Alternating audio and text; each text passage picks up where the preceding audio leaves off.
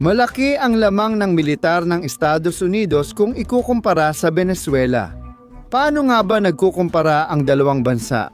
Sa bilang pa lang ng mga sundalo, napakalaki na ng agwat pero iyan ay panlabas lang.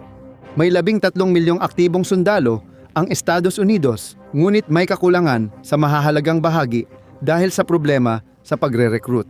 Pinakamalaking apektado ang infantry at information technology at lumalala rin ang kakulangan ng piloto na nagpapahina sa kahandaan ng Estados Unidos.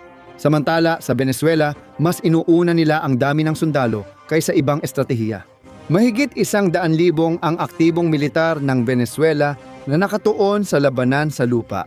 Ibig sabihin, malamang na mas marami sila kaysa sa mga puwersa ng United States sa lupa ng malaking agwat.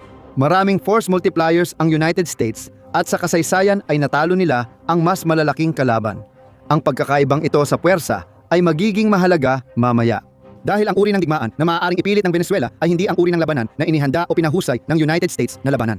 May 800,000 reserbang tauhan ang United States na maaaring tawagin sa emerhensya, na nagbibigay ng dagdag lakas at kakayahang magpatuloy ng operasyon sa labanan kahit may kaswalti. Ang Venezuela naman, sa kabilang banda, ay may kakaunting reserba na nasa 8,000 lang at kulang ito sa lalim ng pagsasanay na kailangan para mapanatili silang handa sa labanan. Malaking kalamangan ang lalim ngayon, pero nawawala ang halaga nito kapag lumipat ang labanan sa ibang larangan. At may dalawang natatanging kalamangan ang Venezuela. Ang una ay walang kinalaman sa lakas ng Venezuela at may kinalaman lahat sa mga limitasyon ng Amerika. Hindi kayang dalhin ng United States ang lahat o kahit malaking bahagi ng kanilang lakas militar sa iisang lugar lang sa mundo. Ang mga pangakong pangseguridad ay pumipigil dito na magtipon ng puwersa para sa iisang labanan maliban na lang kung talagang matindi ang sitwasyon, lalo na't may banta ng posibleng labanan laban sa China. Malamang simbolikong puwersa lang ang ipadadala ng United States sa anumang operasyon sa Venezuela. Ang limitasyong ito ang humuhubog sa estratehiya ng Venezuela. Nagagana lamang kung di makakapagdala ng malaking puwersa ang United States. Nasa paramilitary forces ang tunay na lakas militar ng Venezuela na may humigit kumulang 220,000 miyembro kahit hindi opisyal sa sandatahang lakas.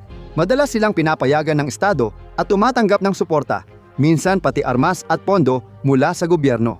Sa puntong ito, hindi na tradisyonal na pananakop ang labanan at nagiging mas mahirap itong tapusin.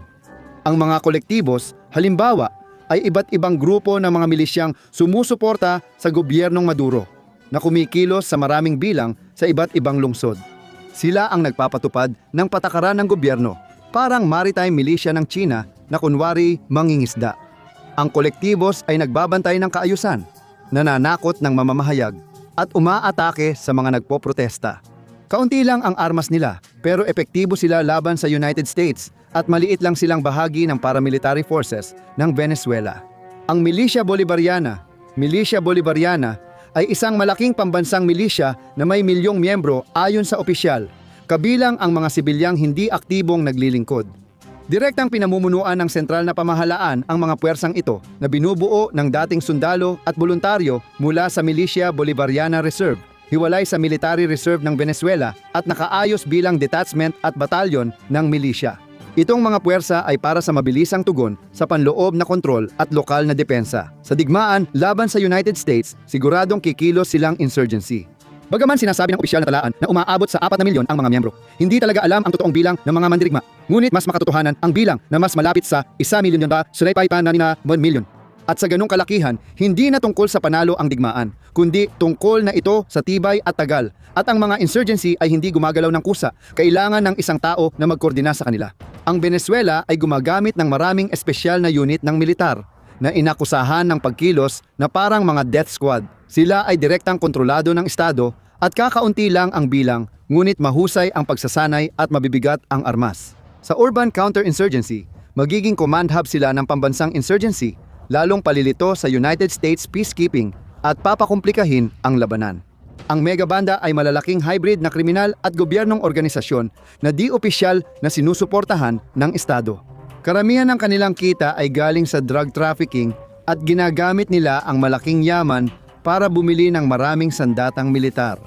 Gayunpaman, ang kanilang katapatan sa estado ay kaduda-duda dahil madalas silang nagkakaroon ng direktang sagupaan laban sa estado. Dahil dito, hindi malinaw kung anong papel ang pipiliin nilang gampanan sakaling magkaroon ng pananakop. Pwede ring tumawag ang Venezuela ng mga dayuhang paramilitar sa kanilang teritoryo. Tinatayang may 50,000 Cuban personnel sa bansa.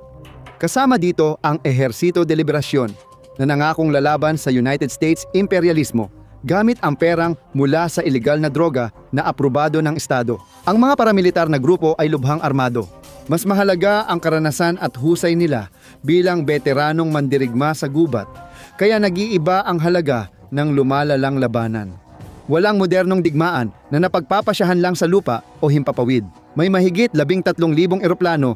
Ang United States at ang Navy nila ay isa sa pinakamalalaking Air Force sa mundo. Kung ikukumpara, ang Venezuela ay may 229 lang na eroplano, karamihan dito ay mga transport o trainer aircraft. Mahalaga lang ang 3 F-16A at isang F-16B combat aircraft. Pero di tiyak ang lagay ng mga ito kung operational pa. 24 Sukhoi Su-30 na binili mula Russia. Sinasabing ilang Sukhoi ay nasira ng United States sa Operation Absolute Resolve laban kay Nicolas Maduro. Sabi ng tagaloob, halos inutil na ang Venezuelan Air Force at nasa lupa lang. Ang Estados Unidos ay may 4,600 tangke samantalang 172 lang ang Venezuela. T-72 at French AMX-30 karamihan. Hindi tiyak ang kabuoang kahandaan. Pero sa mga urban o gubat na lugar, kahit luma na ang mga armor, maaari pa ring maging banta sa puwersa ng United States kung gagamitin ito ng may disiplina at sapat na bilang para suportahan ang kanilang mga tangke. Ang United States ay may halos 300 at 72,000 na armored vehicles kumpara sa 8,800 ng Venezuela. Habang modernong Bradley ang gamit ng United States, ang Venezuela ay umaasa sa mga Russian BMP-3 at BTRS na napatunayang hindi epektibo laban sa American Bradley. Sa Ukraine, fire support ang nagdudulot ng malaking hindi pagkakapantay-pantay. Pagdating sa artilleriya, tradisyonal na mahina ang United States sa bahaging ito dahil umaasa sila sa lakas ng himpapawid. Pero kahit dito, sila pa rin ang labis na nakalalamang. May 671 self-propelled artillery ang United States na gumagamit ng Global Positioning System, guided rounds, na magiging malupit laban sa mga puwersa ng Venezuela.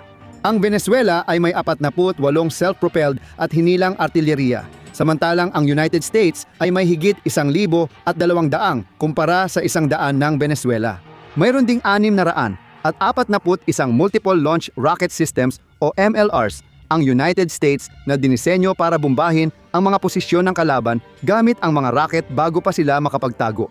Gumagamit ang Venezuela ng Russian rocket launcher gaya ng Smerka, Grad at ilang Israeli LAR, 100 at 60 systems. Bagamat mas maliit ang 100 at 60mm warhead ng LAR, 100 at 60 mas moderno at mas kapable ito. Sa dagat, 34 lang ang barko ng Venezuela kumpara sa halos 400 at 40 ng United States Navy.